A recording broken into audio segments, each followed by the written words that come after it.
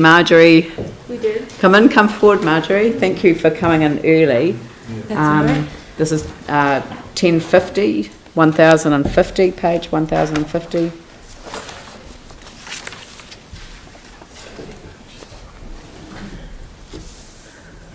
Hi, welcome, yes.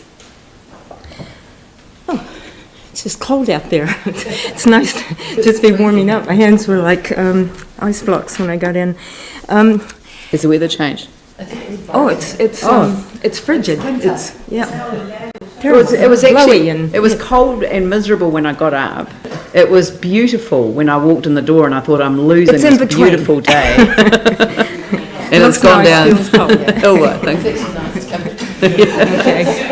Yeah. We're using up our time talking about the weather. There's a couple of points that I just want to highlight in what we put in, and there's one to add.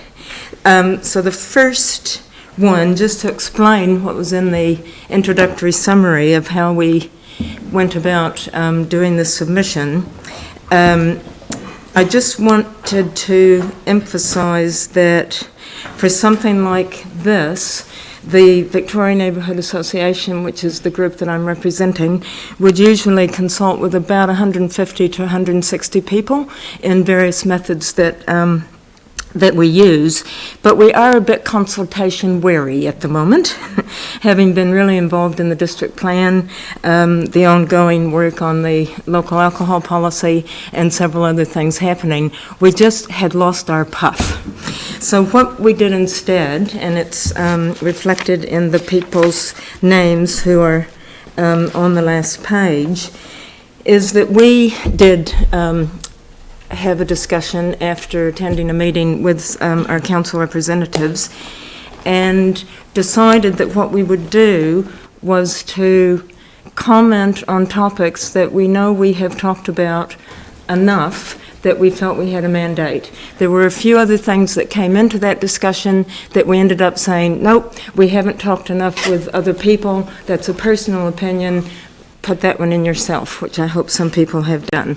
So I do feel that I can confirm that this is reflective of a big group, certainly not all of them in our area, but it is not from specific consultation. And the things that I wanted to highlight, that I've been asked to highlight actually, under levels of service, just the point that we made about red tape, and we just want to emphasize again that quite often red tape is there to protect residents or citizens. There has to have been a reason why the tape got there in the first place, and we know of several examples, and there's probably many more, that when some of the tape is cut or relaxed, things that are not to the benefit of residents such as ourselves can occur. So I guess we're just saying don't get carried away and don't just listen to the ones that want the tape cut for other reasons.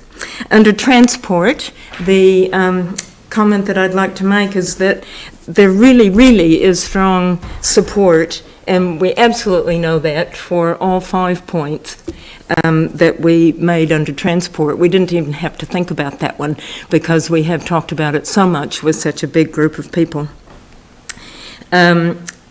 People jump up and down whenever anybody mentions the yellow bus or the possibility of bringing back something like that. We all just go into raptures because we were such users of that. Cycle and pedestrian friendly initiatives, 100%.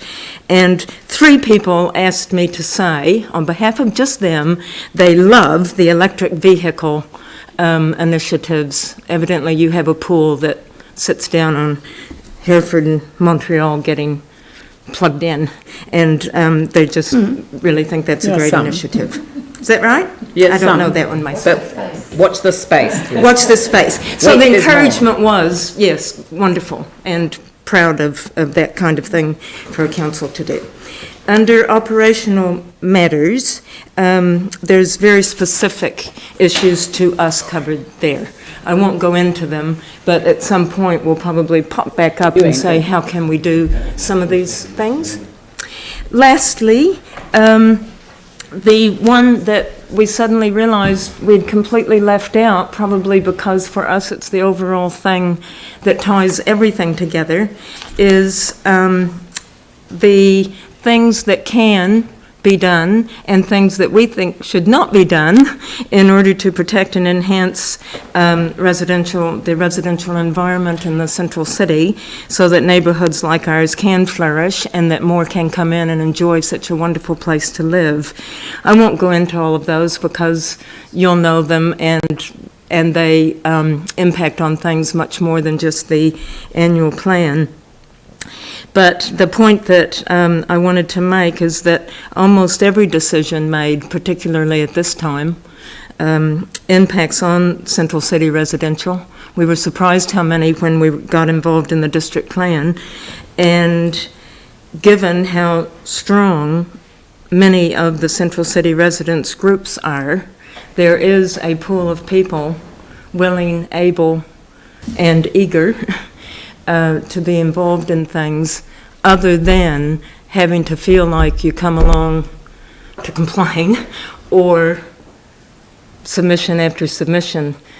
We were really pleased that we have been asked to have a formal voice on the consultation group that's going to be looking at how, whether, and when to do things with the Victoria Street development. So that has already come through to us, and we'll probably have to fight for who gets to be on that. So the last thing that I just want to say, Leanne, to all of you really, and I think this is just a perfect example. One of us said, well, I think it was me that said it, but everybody agreed. I said that I'm quite often absolutely gobsmacked at all the things that you have to grapple with. And look at this. I know, I was going to say, and this can't be all of them because it starts, and I think that's overwhelming.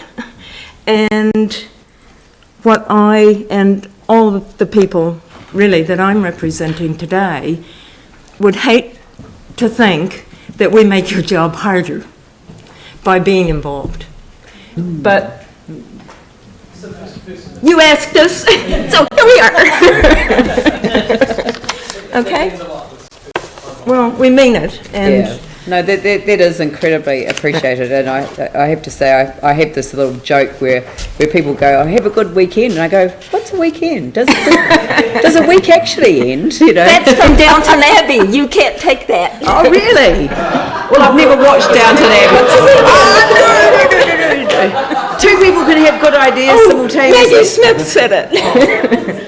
Anyway. No, I don't mind if it was Maggie Smith who said it, but no. I think I've taken my time, but I did see a hand up. No, you haven't reached the end. The buzzer hasn't gone. I kind of wanted to just pick up on one issue, which is this accessible city. And I think you were saying there that you'd like to be, again, formal representation on any discussions, and you're suggesting that we actually kind of get the projects done that are being done and get them done much more quickly and just get them out of the way, but then have a look at the rest of the projects and see whether they're necessary, to see whether they're required, to see how the patterns of movement have changed because of what we've done, and then decide what we do next. Exactly, because when you think Durham Street, living where we live, Durham Street and Colombo Street, I mean, that's our streets, and we automatically start going down them when we're in a car, and then we go, why did we come on Durham Street? I know. And so then you hop over to Colombo and you go, should have tried Manchester. Yeah. It's not what it's going to be. No, Manchester's not that great. I know, no. So then I get on my bike again. But I think it was a good point that I think David Chambers made at the meeting that some of us were at, that you could, St. Asaph might be different, but you could start trying to fix something before we know even what the situation is. That's what we were trying to say. Yeah, no, that's great. Phil? Thank you, Marie, and especially for your really kind comments there. Just two areas around accessible city that Leanne's alluded to. One is that in discussions so far, your group seem to be supporting Salisbury Street becoming two-way again. That's one thing. And the other Most of them did, yes. Yeah. Okay, that's helpful, Yeah, because we've had that's some suggestions the other way, but there'll be further discussion on that, no doubt, when it's being It's reviewed. not a die in the ditch to do it immediately, Yeah. though, is what we were Yeah, trying yeah, to no. say. But they, yes, when that whole one-way, two-way thing was going, it wasn't unanimous. Most of the other things were on transport, Okay. but it was a very strong mandate that they thought that would be good. Thanks, Marjorie. And the other area is the, where you refer to the yellow bus being Yeah. reinstated, and including all of the 4 avenues. Just perhaps a comment from you about that one. It was almost the 4 avenues, north-south, anyway. Wouldn't have had to go too much further. It stopped at the casino. I mean, you'd have to look at the new residential patterns, but seeing it every day and how many new apartments like on Beeley Ave, all those new apartments with 24, 12, 52, 37, whatever they are, there will be, quite a few people up at that end that weren't there before. It is a wonderful way of getting inner city residents around the inner city, because unlike if you're in the suburb, you really can't take a bus easily into the inner city if you live in the inner city, and yet sometimes there's a reason why you don't want to walk.